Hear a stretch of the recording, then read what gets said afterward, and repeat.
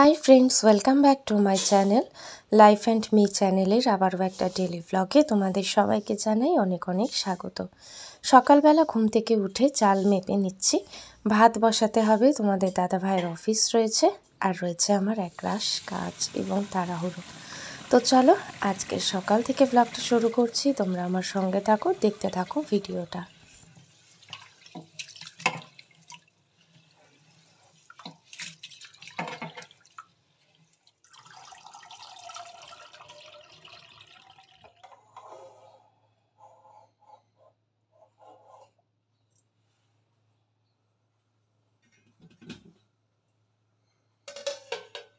ভাত বসিয়ে এখন বাকি কাজগুলো শেষ করব।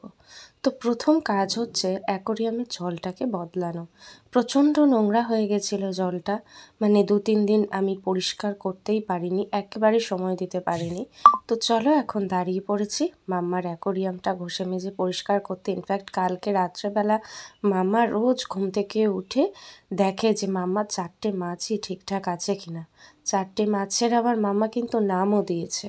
তো মাম্মার নজরেই ভাবো কতটা জলটা ঘোলা হয়েছিল। মাম্মা নিজেই কালকে দেখে বলল, মা তুমি কাল সকালে উঠে কিন্তু সবার আগে অ্যাকোরিয়ামটা পরিষ্কার করো। তো চলো, ছোট অ্যাকোরিয়াম আমার সাধ্যের মধ্যে, তাই আমি প্রায় রেগুলারই পরিষ্কার করি। আর অক্সিজেন চলে না, তো সেই জন্য জলটা নোংরাও হয়। আর এই মাছগুলো অক্সিজেন ছাড়াও বাঁচতে পারে।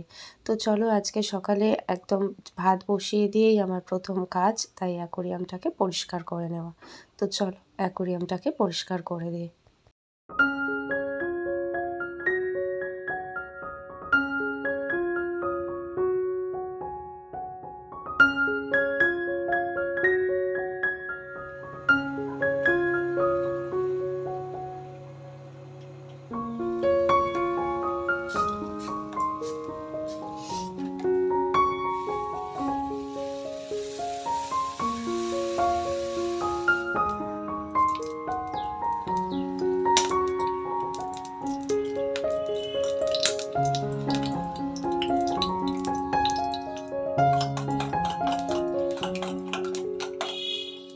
তো কালকে কোনো রান্নাবান্নাই করে আর এগিয়ে রাখতে পারিনি, তাই সকাল সকাল ভাতটাও করে নিলাম, তোমরা তো দেখতেই পেলে। আর এখন 2টো ডিম ফাটিয়ে একটু অমলেট ভেজে নেব। আমারও ব্রেকফাস্ট হয়ে যাবে ঘি দিয়ে ডিমের অমলেট, আর তোমাদের দাদাভাইও খেয়ে চলে যাবে অফিসে ঘি ভাত আর ডিমের অমলেট। তো চলো আজকে একটু কড়াই ট্রাই করলাম ডিমের অমলেটটা, দেখলাম তাওয়ার থেকে কড়াতে কিন্তু বেশ ভালো হয়, গোল হয় একেবারে ডিমের অমলেটটা। তো চলো ডিমের অমলেটটাকে রেডি করে দিয়ে আসি তোমাদের দাদাভাইকে খেতে। চলো তোমাদের দাদাভাইয়ের ভাত বেড়ে দিয়েছি আর ডালটাও গরম করে নিলাম। ডালটা ভাতের মধ্যেই দেব, আলাদা করে না বাটিতে দেবো না, যদি দিই তাহলে বলবে সকালবেলা আমি ডাল খাবো না। ডালটা রান্না করলে একটু তো বেশি হবেই না, খেয়ে না খেলে কি করে শেষ হবে বলো। আমি ভাতের মধ্যে ডালটাকে এইভাবে দেব যাতে তুলে রাখতে না পারে। যত কমই রান্না করো না কেন, ডাল দেখবে রান্নার পর একটু বেশি হয়। টিভিটা দেখো এখানে থাকে, টিভিটা কালকে খুলে নিয়ে গেছে। এমনিতে তো টিভি দেখা হয় না এতটুকুও দেখা হয় না, আমার অন্তত দেখা হয় না। অ্যাকচুয়ালি আমার টিভি দেখার নেশাটা নেই। তো তোমাদের দাদাভাই মাঝে মাঝে একটু স্পোর্টস চ্যানেল বা একটু নিউজ দেখে তবুও, কিন্তু টিভিটার কালকে মানে বেশ কয়েকদিন ধরে না টিভিটার আমাদের পিকচার আসছিল না, কিন্তু সাউন্ড ছিল। তো কালকে আমাদের মেকানিক্স এসছিল। আমার টিভিটা স্যামসাংয়ের 32 ইঞ্চির টিভি। তো বিয়ের টিভি, মানে বাবা দিয়েছিল বিয়েতে সেই টিভি। তো এখন দেখা যাক, ওরা তো বলে গেল যে 6 বছরের পুরনো হয়ে গেছে টিভিটা। এখন যদি প্যানেল পাওয়া যায়, মানে এটার প্যানেলই খারাপ হয়েছে, যদি পাওয়া যায় তাহলে সারানো যাবে, আর নইলে নতুন করে প্যানেল কিনতে হবে। তো চলো কিছু করার নেই, বিয়ে মানেই সেখানে একটা ইমোশন, একটা সেন্টিমেন্ট আমাদের দুজনেরই, মানে তোমাদের দাদাভাই বা আমার দুজনেরই রয়েছে। তাই জিনিসটা সারিয়ে ঘরে আসুক, সেরে ঠিক করে, সেটাই চাই। মানে দেখি না টিভি, তবু টিভিটা নেই, কেমন ফাঁকা ফাঁকা লাগছে এই আর কি। তো চলো তোমাদের দাদাভাইকে খেতে দিয়ে আমি এখন বসবো একটুখানি চা খেতে। ব্র্যান্ড চেঞ্জ করেছি, আপাতত টপ বিস্কুটগুলো দিয়ে চা খেতেই বেশ ভালো লাগছে। হরেক রকম বিস্কুট আমার বাড়িতে থাকে, তার কারণ সকালবেলা এক এক দিন এক এক রকমের বিস্কুটটা খেতে ইচ্ছে করে।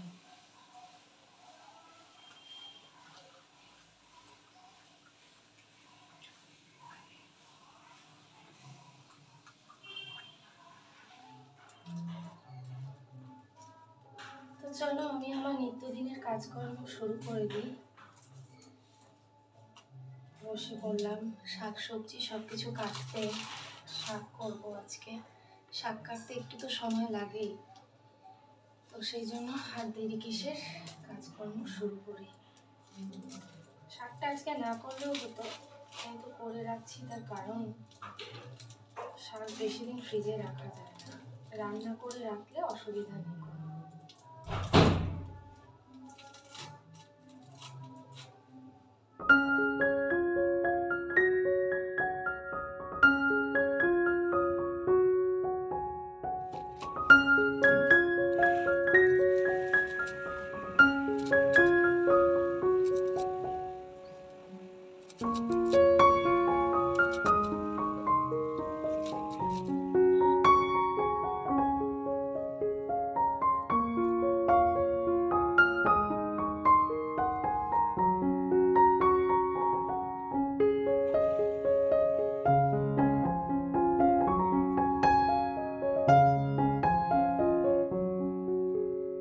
খাওয়ার শেষে চাটনি খেতে বেশ লাগে, অন্তত শীতকালে একটু পাঁপড় ভাজা চাটনি খাওয়ার পরে খেলে বেশ ভালো লাগছে আমাদের। তো টমেটোর দাম যতই হোক না কেন, আমাদের এই ছোট্ট সংসারের অল্প একটু চাটনি বানানোর মতন টমেটোর ব্যবস্থা করছি। এছাড়াও সত্যি কথা বলতে কি বলতো, আমি না কোনো রান্নাই টমেটো ছাড়া করতে পারি না। সব রান্নাতেই দেখবে আমার টমেটো ইউজ হয়, যেগুলোতে দেওয়া যায়। তো আমসত্ত্ব কেটে নিয়েছি আর টমেটো কাটছি, এখন করব একটু চাটনি। তো চলো, আমার চাটনি একেবারে ফুটে উঠেছে।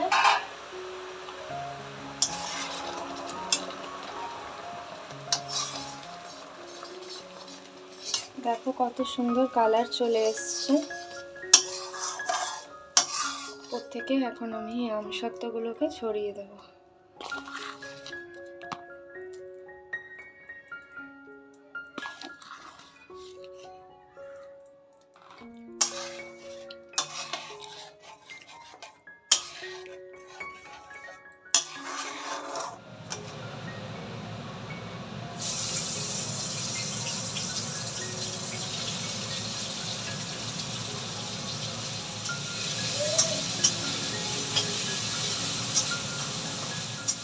শীতের পালং শাক বেগুন আলু আর বড়ি দিয়ে রান্না করলে অতুলনীয় হয়ে ওঠে কিন্তু, তাই না?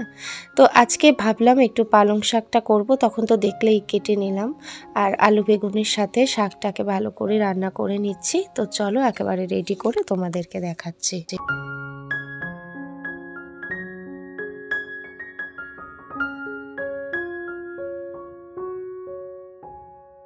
রান্না করব একটু চিকেন, তো চিকেনের আলু এখানে ভেজে রেখেছি, আর চিকেনটাকে নুন হলুদ দিয়ে ম্যারিনেট করে রেখেছি। আর চিকেনের যে আদা রসুন টমেটো কাঁচা লঙ্কা, এই 4টে উপকরণকে আমি একটু ভেজে থালায় রেখে দিয়েছি, যাতে তেল তোমার একটু ঠান্ডা হয়ে যায়। তারপর এটা মিক্সার গ্রাইন্ডারে দেব। এইভাবে কিন্তু চিকেন রান্না করলে বেশ ভালো লাগে খেতে। তো চলো রান্নাবান্না কমপ্লিট। রান্নার প্রস্তুতি চলছে, সেটা হচ্ছে একটু চিকেনের ঝোল হবে। তো মশলা আমার কষানো হয়ে গেছে। ঝোল কিন্তু আমাকে দেবে। আলুও ভেজে তুলে রেখেছি অনেক আগেই, তোমরা দেখতেই পেয়েছো। তো এখন চিকেনের পিসগুলো অ্যাড করে দেব। দেখি তো চিকেনের পিসগুলো। আর এই একজন চিকেন প্রেমী, মাম্মা, অল টাইম মাম্মা চিকেন ফেভারিট, বা চিকেনের যে কোনো আইটেম।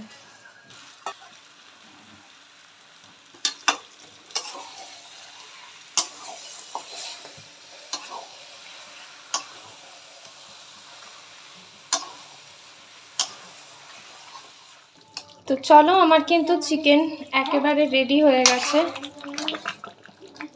এবার জাস্ট আমি নামিয়ে নেব। গরম মশলাও দেওয়া হয়ে গেছে। আর দেখো মাংস ছেড়ে যাচ্ছে হাড় থেকে, একদম সুন্দর সেদ্ধ হয়ে গেছে, আলুও সেদ্ধ হয়ে গেছে। তো চলো এবার এটাকে নামিয়ে নিই। পালং শাক রান্না করেছিলাম, পালং শাকের গোড়াগুলোকে এভাবে কেটে রেখে দিয়েছিলাম। চলো এগুলো টবে পুঁতে দিয়ে আসি। প্রত্যেকবার শীতকালে আমার বাগানে পালং শাক কিন্তু এইভাবেই গজিয়ে ওঠে। আর দেখো কম্বলটা রোদে দিয়েছি, আর মাম্মা মহানন্দে কম্বলের ওপর বসেই রোদ পোহাচ্ছে।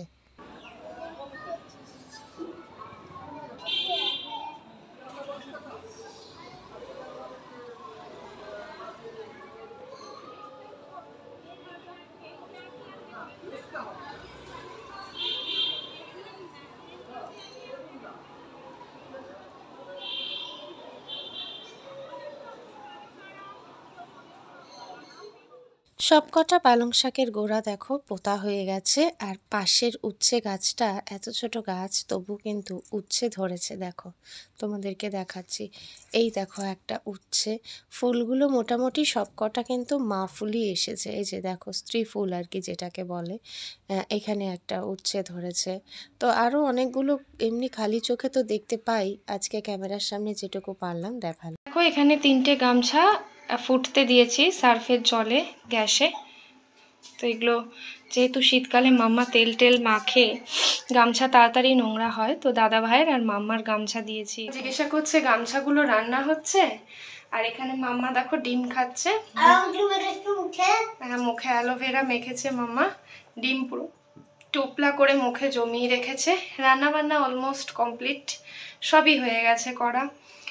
কাচবো ভাবছি, তার আগে মাম্মাকে একটু আঁকিয়ে নেব, মাম্মার আঁকার হোমওয়ার্ক রয়েছে বেশ কিছু। তো চলো এটা একটু ফুটুক, আমি যাই ঘরে গিয়ে মাম্মাকে আঁকতে বসাবো।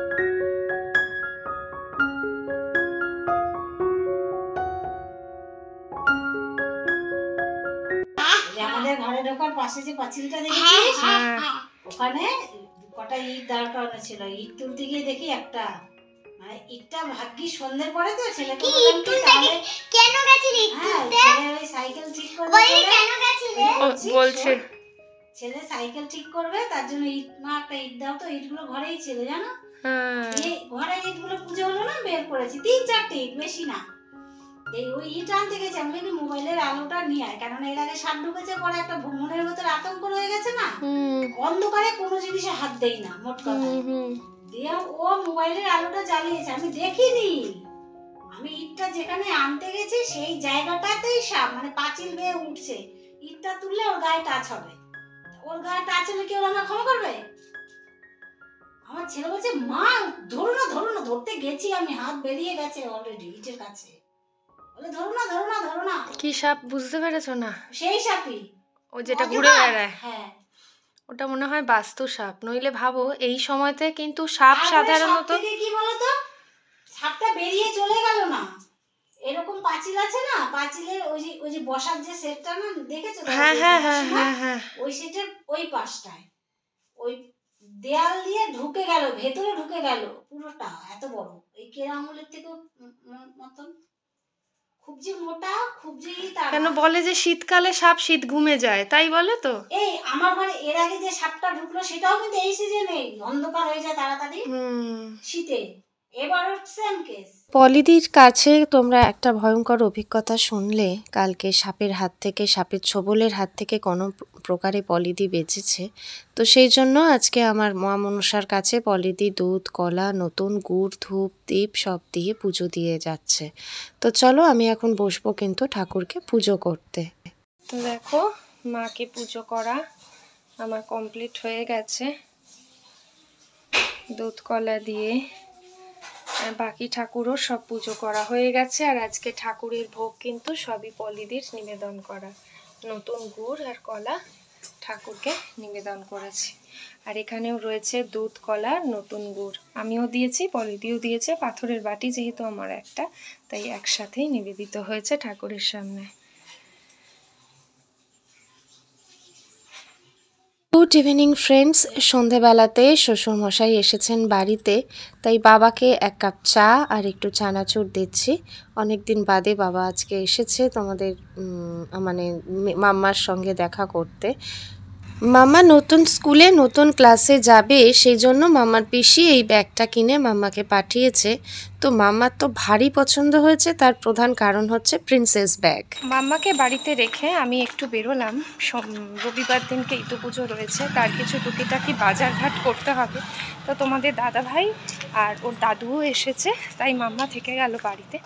তো চলো আমি এখন এই ব্যাগ নিয়ে বেরিয়ে পড়েছি, টুকটাক যেগুলো কেনাকাটি করবার আছে সেগুলো কিনে নিয়ে বাড়ি ফিরে দেখা হচ্ছে। অনেক কিছু কেনাকাটি করেছি। তো এই হলো ইতু পুজোর ঘট, রয়েছে এখন দশকর্মার দোকানে। তো বাকি কিছুগুলোকে আর কিছু শ্যুট করতে পারিনি, কারণ যেহেতু আমি একা গেছিলাম। তো চলো এই হলো ইতু পুজোর ঘট নিয়ে বাড়ি ফিরে তোমাদেরকে দেখাচ্ছি কি কি কিনেছি আজকে আমি বেরিয়ে।